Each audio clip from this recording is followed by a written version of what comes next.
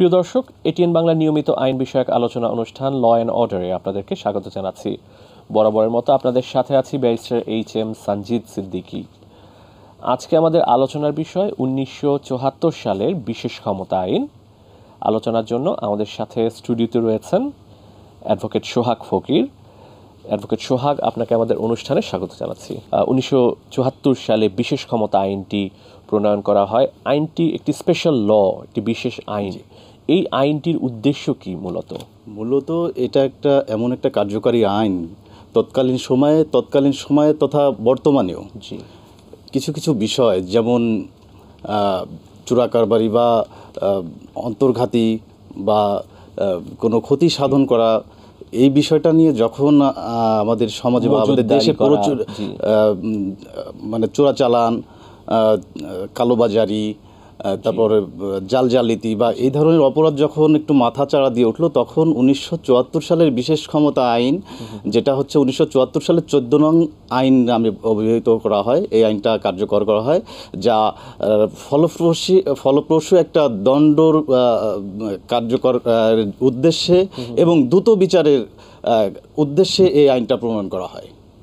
জি, এই আইনে অন্তর্ঘাতী কার্য একটি অপরাধ, যেটিকে আমরা স্যাবোটেজ বলে থাকি ইংরেজিতে। এটি যদি আমাদের দর্শকদের উদ্দেশ্যে বলতেন। জি, বিশেষ ক্ষমতা আইন 1974-এর 15 ধারায় বলা আছে স্যাবোটেজ সম্পর্কে, যেটা হচ্ছে অন্তর্ঘাতী কার্য। অর্থাৎ কোনো লোক যদি কোনো কার্য দ্বারা ক্ষতি করার উদ্দেশ্যে কোনো রেলপথ, বাসভবন, কোনো ভবনে বা ঝুলন্ত কোনো রজ্জুপথ, বাতিঘর, যেমন পয়ঃনিষ্কাশন কোনো ভবন বা পাটের গুদাম, পাটজাত যেখানে বাধা হয়, তারপরে হচ্ছে আপনার রেলপথ বা রেলের যে রোলিং স্টক যাকে বলে, রেল নৌ এবং বিমানের যে রোলিং স্টক যেটা বলে, সেখানে যদি কোনো কার্যধারা ক্ষতি সাধন করা হয়, তখন এটা স্যাবোটেজ বা অন্তর্ঘাতী কার্য হিসেবে অভিহিত করা হবে এবং একটা অপরাধ হবে। এবং এই আইনের সাজা হিসেবে বলা আছে যে যদি কোনো ব্যক্তি এই আইনের 15 ধারায় কোনো কার্য করে, তাহলে তাকে মৃত্যুদণ্ড, 14 বছর সাজা বা যাবজ্জীবন সাজা বা অর্থদণ্ড দণ্ডিত করা হতে পারে আর কি। জি, আপনি অন্তর্ঘাতী কার্য বা স্যাবোটেজের কথা বললেন। এটি আমরা অনেক ক্ষেত্রে দেখে থাকি যে যখন কোনো রাজনৈতিক দলের কোনো কর্মসূচি থাকে, তখন অনেক ক্ষেত্রে আমরা দেখি যে কোনো চলন্ত বাসে অগ্নিসংযোগ করা হচ্ছে বা রেল লাইনে অগ্নিসংযোগ করা হয়েছে ইতিপূর্বে। এই ধরনের অপরাধ কি এই আইন দ্বারা নিয়ন্ত্রণ করা সম্ভব? এই বিশেষ ক্ষমতা আইন দ্বারাই অনেককেই কিন্তু আইনের আওতায় নিয়ে আসা হয়েছে এবং আপনারা দেখেছেন যে বিচারগুলো এখন বিজ্ঞ আদালতে চলমান রয়েছে। এবং এই বিশেষ ক্ষমতা আইন 1974 এই আইনের অপব্যবহার হচ্ছে বা হয়েছে কিনা, কারণ আমরা দেখেছি যে রাজনৈতিক কর্মসূচি দমনে অনেক ক্ষেত্রে এই আইনটি ব্যবহার করা হয়ে থাকে। আসলে এই আইনটা যতই মামলা হোক বা যাই হোক কিনা, কারণ বিজ্ঞ আদালত এটা বিচার করবেন, সমস্ত কিছু তথ্য উপাত্ত নিয়েই কিন্তু বিজ্ঞ আদালত বা বিশেষ ট্রাইব্যুনাল যেটাই বলি না কেন, এটা কিন্তু বিচার করবেন এবং তথ্য উপাত্ত এবং প্রমাণের ভিত্তিতে কিন্তু এই বিচার প্রক্রিয়াটা চলে। যার কারণে আমরা কোনটা হয়রানিমূলক বা কোনটা সত্যিকারের বিচার বা কোনটা আসল অপরাধীকে ধরা হয়েছে বা হয়রানির উদ্দেশ্যে যে করা হয়েছে, এটা কিন্তু আসলে আমরা বলতে পারছি না, কারণ বিজ্ঞ আদালতই এটা কিন্তু বিচার করবেন। সেই হিসেবে কিন্তু যদি সাক্ষ্য প্রমাণের ভিত্তিতে সে কোনো ব্যক্তি দোষী সাব্যস্ত হয়, তাকে সাজা দেবেন। জি, এই আইনটি মূলত প্রণয়ন করা হয়েছিল চোরাচালান রোধ করার জন্য, যেটি আপনি আপনার আলোচনার শুরুতে বলেছেন। এটি সম্পর্কে জানতে চাচ্ছি যে কোনো ব্যক্তি যদি চোরাচালান করে থাকে, সেক্ষেত্রে আইনে সাজার বিধান বা শাস্তির বিধান কি রয়েছে?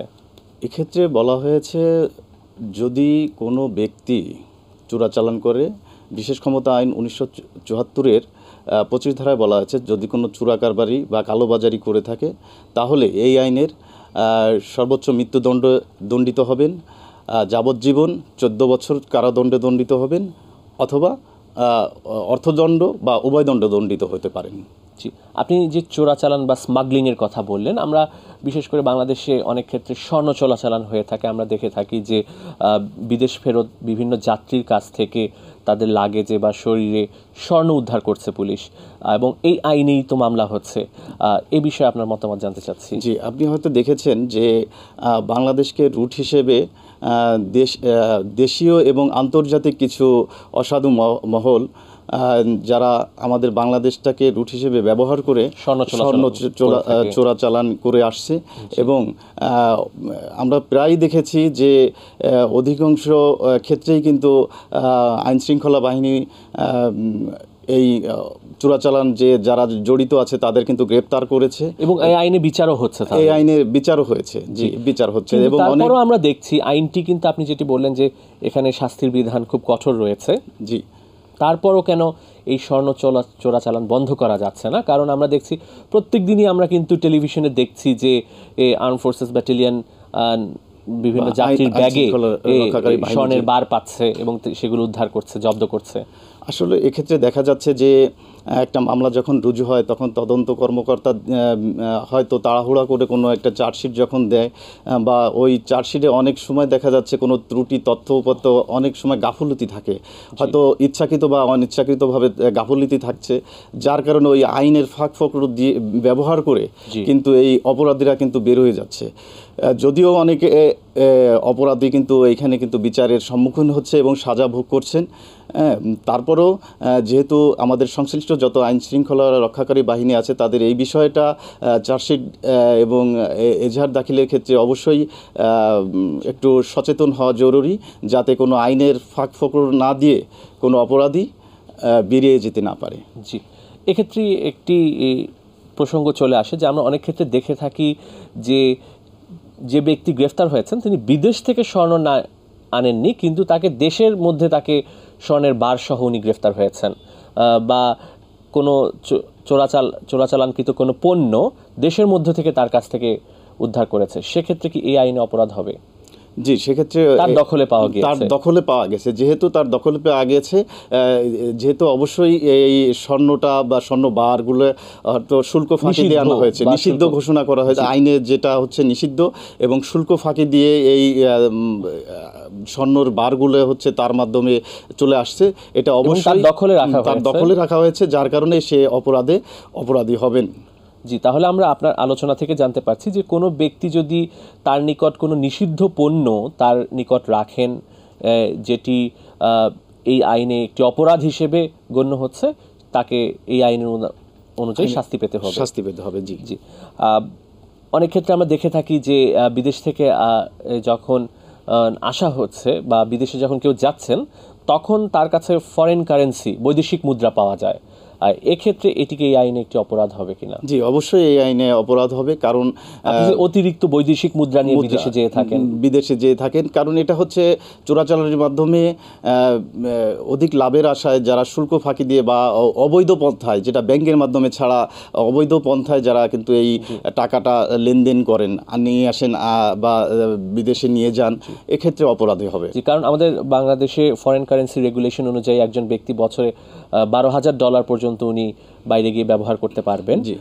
কাজে আমরা অনেক ক্ষেত্রে দেখে থাকি যে যখন বিদেশে যাচ্ছেন কতিপয় ব্যক্তির নিকট থেকে অনেক বেশি বৈদেশিক মুদ্রা উদ্ধার করা হচ্ছে, সেক্ষেত্রেও সেটি এই আইনের অপরাধ হিসেবে গণ্য হচ্ছে। কোনো ব্যক্তি যদি কোনো নকল ঔষধ বা নকল কসমেটিক্স বিক্রি করে থাকে বা খাদ্যদ্রব্যে ভেজাল মিশিয়ে থাকে, সেটি কি এই আইনের অধীনে কোনো অপরাধ হবে কিনা? জি, কারণ আমরা দেখেছি যে বিভিন্ন সময় আইনশৃঙ্খলা রক্ষাকারী বাহিনীর অভিযানে দেখেছি যে নকল ওষুধ বিক্রি হচ্ছে, যেটা হচ্ছে মানুষের জন্য খুবই ক্ষতিকর, এবং ভেজাল খাদ্য দেওয়া হচ্ছে, বিভিন্ন কেমিক্যাল মিশান হচ্ছে খাদ্যে, বিভিন্ন রেস্টুরেন্টে বা ফলমূলে বিভিন্ন ধরনের কেমিক্যালের, যার কারণে স্বাস্থ্যহানিকর বিষয়ে আমরা দেখেছি যে আইনশৃঙ্খলা রক্ষাকারী বাহিনী এদের গ্রেপ্তার করেছে এবং মোবাইল কোর্টের মাধ্যমে এদের কিন্তু জরিমানা করা হয়েছে। তো আসলে আমাদের এই যে বিষয়টা, এই বিশেষ ক্ষমতা আইন 1974-এর অধীনে যদি